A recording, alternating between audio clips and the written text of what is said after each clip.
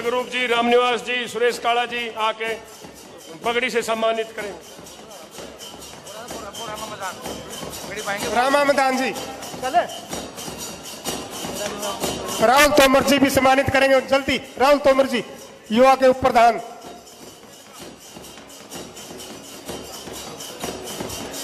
सुभाष गुप्ता जी जल्दी आए। सुभाष गुप्ता जी और गुरुदेव रंबा जी।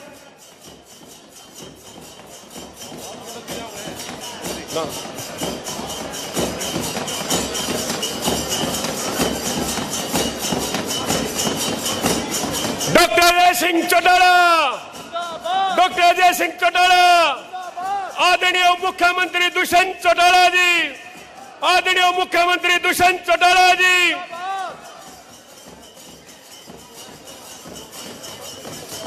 आदरणीय मुख्यमंत्री दुष्यंत चौटाला जी। अब मैं अनुरोध करूंगा आदरणीय मुख्यमंत्री जी से वो भी आए और इस नव संकल्प रैली को संबोधित करें। आदरणीय दुष्यंत चौटाला जी।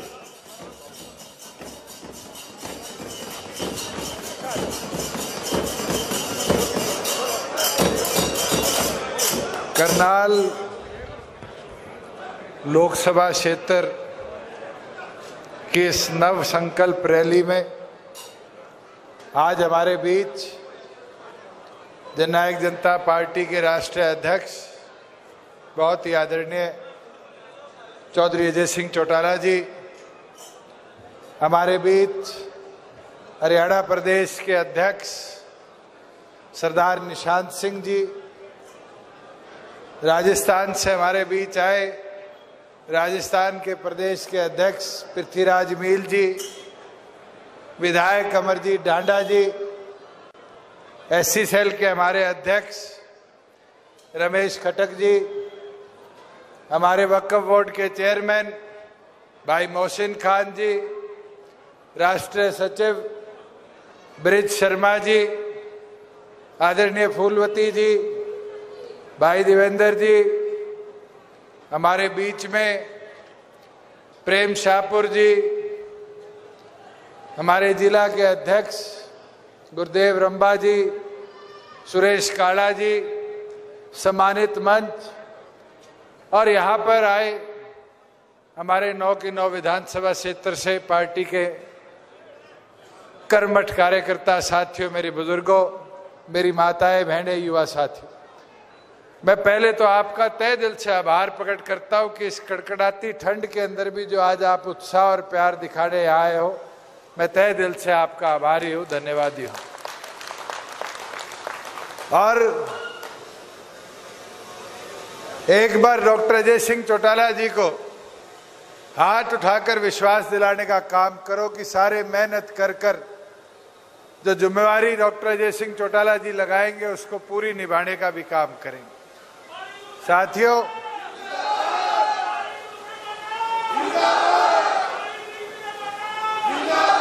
साथियों, मैं पहले तो आपको बधाई दूंगा कि जहां बूथ योद्धा की मुहिम को पार्टी ने प्रत्येक बूथ तक ले जाने का काम किया, आप जैसे मेहनती साथियों ने 70% लोकसभा के बूथों पर पार्टी के बूथ योद्धा स्थापित करने का काम किया।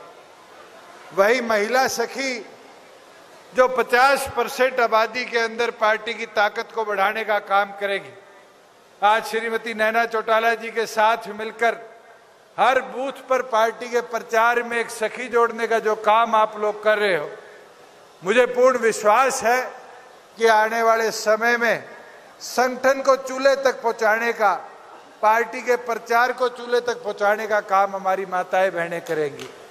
वही सदस्यता अभियान जहां 90 के 90 हलकों के अंदर पार्टी लेकर चली थी, मुझे पूरी उम्मीद है कि 15 तारीख तक अपने दोनों जिलों के अंदर सदस्यता अभियान को संपूर्ण तौर पर समाप्त करने का आप लोग काम करोगे। साथियों, 4.25 साल के सरकार के सफर में अनेक हमने कदम उठाए, बहुत लोगों ने हमें कोसा, मगर आज उसका फल आने लग गया। साथियों, मैं कहता था कि हम व्यवस्था को घर तक पहुंचाएंगे, तो लोगों को विश्वास नहीं था।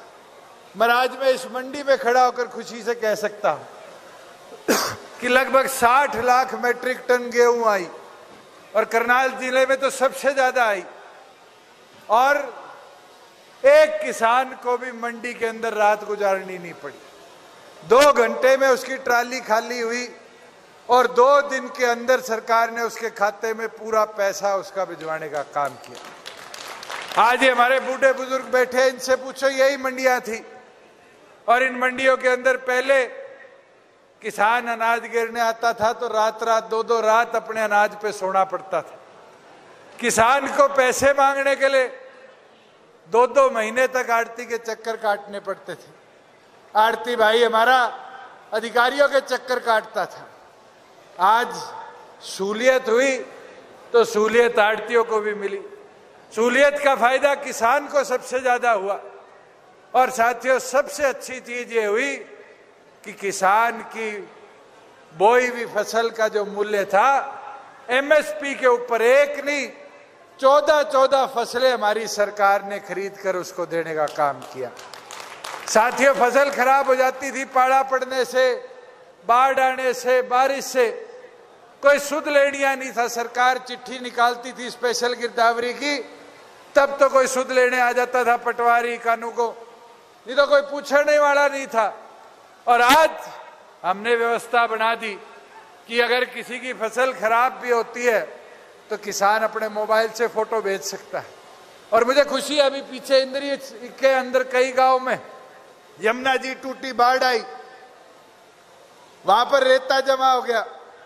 आज तक कोई पॉलिसी सोचनी ही नहीं था कि रेते के लिए भी पॉलिसी बनानी पड़ेगी।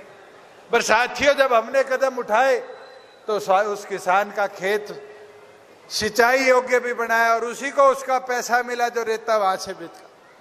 ये इसलिए है मुमकिन हुआ क्योंकि आपकी सुध लेने वाले सरकार में बैठे थे। आज पंचायती राज की बात करें, 50% हमारी माताएं बहनें पंचायती राज संस्थाओं में। अभी रामेर जी कह रहे थे कि हमारे बैकवर्ड को मिला। बैकवर्ड को तो एक छोटा काम नहीं, आज बीसीए के साथियों को जहां पंचायत में सरपंच बनना तो छोड़ो, मेंबर बनना मुश्किल था, आज 8% रिजर्वेशन देकर उनका अधिकार हमने बनाने का काम किया। साथियों, पहले पंचायत में सरपंच बन जाता था, सरकार के साथ ना हो तो 1 रुपए की ग्रांट नहीं मिलती थी, धक्के काटता रहता था कोई योजना में पैसा आ जाए। आज हमने पॉलिसी में बदलाव किया और मैंने 3 साल पहले एक पौधा लगाया जिसमें एसएफसी का पैसा जनसंख्या के आधार पर मिलेगा। आज मुझे खुशी होती है, 1250 रुपए से शुरुआत करी थी एक आदमी के और आज वो बढ़कर 2000 रुपए हो गया। अगर किसी गांव की आबादी 2000 की थी तो उस गांव को 40 लाख रुपया साल का सरकार का सुनिश्चित करने का हमने काम किया। आज ग्राम विकास में एक कदम है। आज उठाकर देखो, गांव में बड़ी मांग अब गली नाली की नहीं है, आज बड़ी मांग आती है गांव के अंदर तो डिजिटल लाइब्रेरी बना दो। बड़ी मांग आती है कि हमारे गांव के अंदर कम्युनिटी सेंटर बना दो, हमारे गांव को शहर की तरह विकसित कर दो। आज के दिन ये व्यवस्था मुमकिन इसलिए हो पा रही है क्योंकि राज्य में आपकी सुनने वाले बैठे हैं। साथियों, मैं तो एक चीज आपको बता सकता हूं, हमारे एससी सेल के साथी रमेश खटक जी और आते थे, ये बारी बारी कहते थे जी हमारी कोई सुध लेनिया नहीं है, हमारे साथियों को एजुकेशन में रिजर्वेशन दो। हमने बीच एससी के लिए एजुकेशन में रिजर्वेशन लाने का काम किया। फिर ये इकट्ठे होकर आए, कहने लग गए कि जी हमारे को प्रमोशन में रिजर्वेशन का अधिकार मिलना चाहिए। हरियाणा पहला प्रदेश बना जिसने प्रमोशन में रिजर्वेशन में 20% एससी के साथियों को प्रमोशन देने का काम किया। साथियों, अनेक चीज आज मैं खुशी के साथ आपके बीच में कह सकता हूं कि प्रदेश को तरक्की के पथ पर हम लेकर गए। पहले तो ये होता था कि कोई सरकार का विधायक है तो उसके हल्के में सड़कें बनती थी, ज्यादातर सड़क रोहतक जिले में रह जाती थी। मगर आज के दिन व्यवस्था देखो, आज प्रत्येक विधानसभा में हमने 25-25 करोड़ रुपए दिए। जो टूटा हुआ रोड इंफ्रास्ट्रक्चर था उसको दुरुस्त कराया, बेहतर बनाया, आगे ले जाने का काम किया। आज उठाकर देखो, नेशनल हाईवेज के अंदर हरियाणा छोटा सा प्रदेश है, 2% आबादी है, आज हमारे पास 11 एक्सप्रेसवे है, 35 नेशनल हाईवे है, और अब तो एक नया और जो हमारे इस NH का भी लोड हटाएगा, जो दिल्ली के अक्षरधाम से लेकर अंबाला तक ग्रीनफील्ड रोड बनेगा। साथियों, रोड इंफ्रास्ट्रक्चर से फायदा क्या? फायदा ये होगा कि विकास की गति बनेगी। अपने यहाँ पर उद्योग लगने बंद हो गए थे कांग्रेस के राज में, लोग फैक्ट्रियां बंद कर जाने लग गए थे कि पता नहीं हरियाणा प्रदेश का क्या हाल होगा। आज हरियाणा प्रदेश के अंदर उद्योगों की बात करें तो हमने ऐसे ऐसे इंस्टीट्यूट्स एंड इंडस्ट्रीज लाने का काम किया जो प्रदेश की तस्वीर बदल रहा है।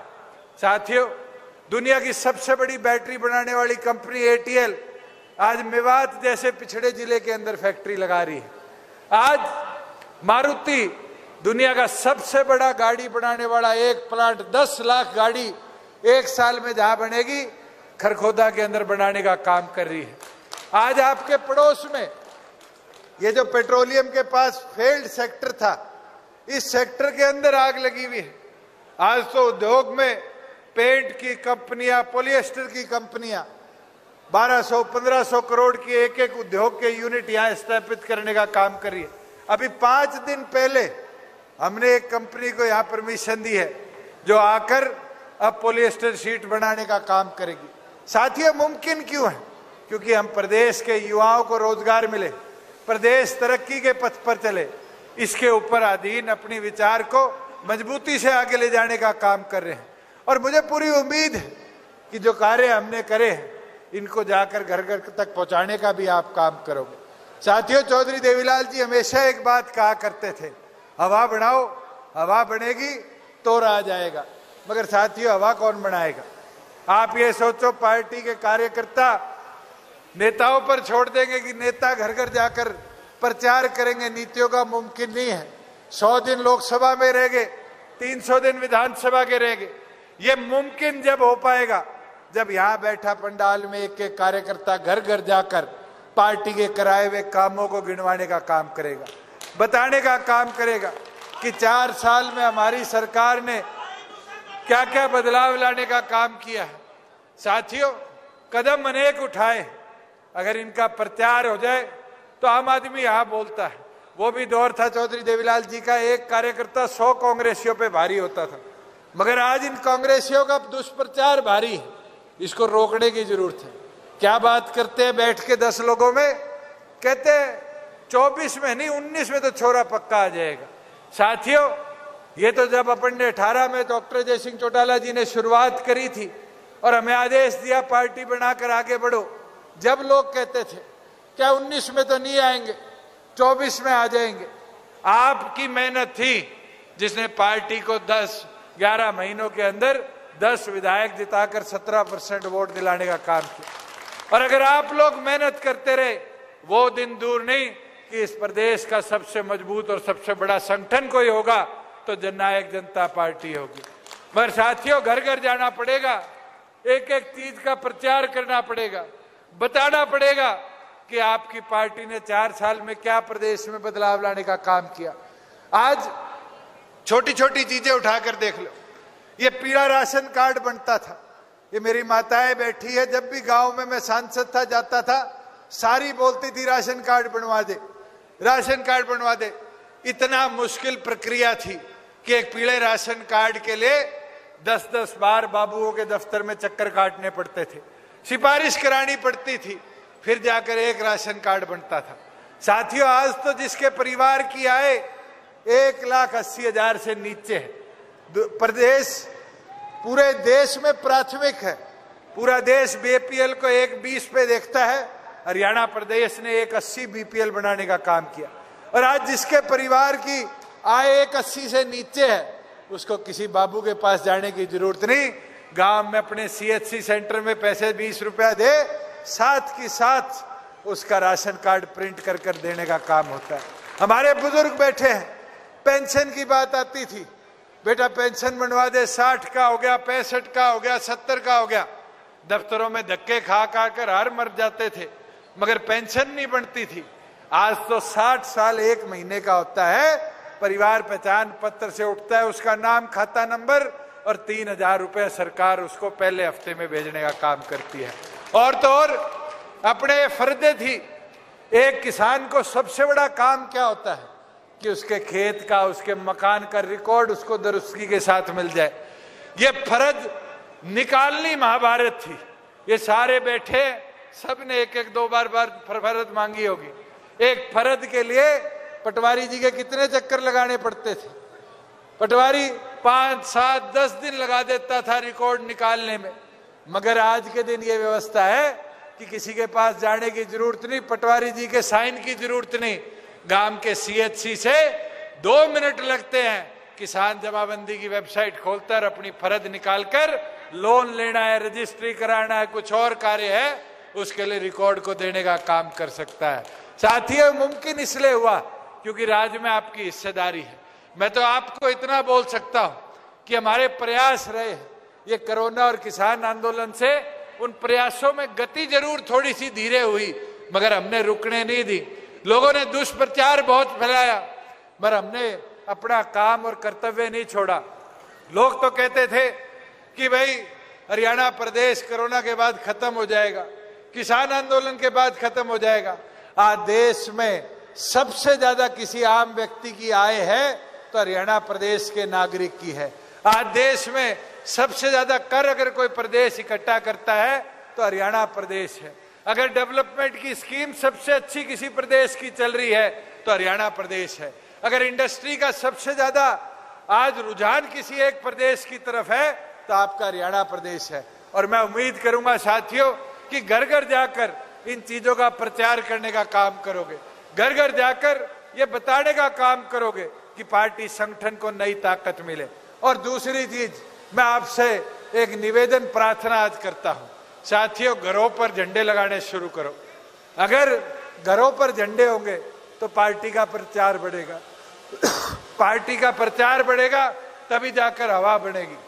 साथियों, अगर एक कार्यकर्ता के घर पे झंडा होगा और कांग्रेसी साथ से जाएगा तो उसका खून बढ़ेगा नहीं बढ़ेगा? आज ये चीज दिखाने की है, ये हाथ में छल्ले पहनते हम, ये छल्ले पहने दिखेंगे चाहे 10 लोगों में बैठे हो तो पता तो चलेगा कि चौधरी अजय सिंह चौटाला का एक कर्मठ कार्यकर्ता आज मैदान में खड़ा है। साथियों, ये बताना पड़ेगा कि मंच पे बैठे पदाधिकारी साथी अगर कंजूसी कर रहे, झंडे नहीं पहुंचा रहे तो मुझे बताने का काम करो, मैं भिजवाऊंगा, मगर इससे पीछे मत हटो। आपकी पार्टी का झंडा और चुनाव चिन्ह आपकी पहचान है। जितना इसको घर घर तक पहुंचाओगे, नीतियों को पहुंचाने का काम करोगे, उतनी ज्यादा शक्ति और ताकत आपको मिलने का काम होगा। मैं तो यही प्रार्थना विनती करने आया था और यही उम्मीद करूंगा कि 3 चीजों पे ध्यान रखते हुए अपने संगठन को मजबूत बनाओ। पहला, बूथ सखी, हमारी माताएं बहनों को जोड़ो। बूथ सखी के अंदर घर की सदस्य को जोड़ो। आज मेरी माताजी मैदान में है तो महिलाओं का सहयोग अगर एक किसी दल के साथ सबसे ज्यादा है तो जननायक जनता पार्टी के साथ है। आज चुनरी चौपाल हो जाती है तो हजारों की तादाद में माताएं बहनें अपना प्यारा आशीर्वाद देने पहुंचती है। बूथ योद्धा, अगर बूथ पे पोलिंग एजेंट हमारे पास है और 1-2 युवा साथी बूथ पे वोट लाने वाले हैं तो आपको कोई कमजोर नहीं कर सकता। और तीसरी चीज, नए लोगों को पार्टी के साथ जोड़ने का काम करो। आप 17% पे तो पहुंच गए थे, मगर 17% से पार्टी संगठन मजबूत उतना ज्यादा नहीं होगा जो आप सोच के रखते हो। अगर वो करना है तो आज 35 से 40% वोटों पे अपनी हिस्सेदारी बनानी पड़ेगी। और उसके लिए साथियों, कोई रूस के बैठा है तो उसको बनाने का काम करो। कोई अपने साथ नहीं आया, अपनी सोच से जुड़ा हुआ है, उसको लाने का काम करो। और कोई और दल में बैठा है, आज पार्टी के विचार से जुड़ना चाहता है, उसका स्वागत करने का काम करो। अगर मजबूती के साथ इन 3 चीजों पे आपने काम कर लिया तो फिर आपकी ताकत को कोई कमजोर नहीं कर पाएगा। और मैं अंत में एक चीज कहूंगा, इन 4 चीजों को ध्यान रखना।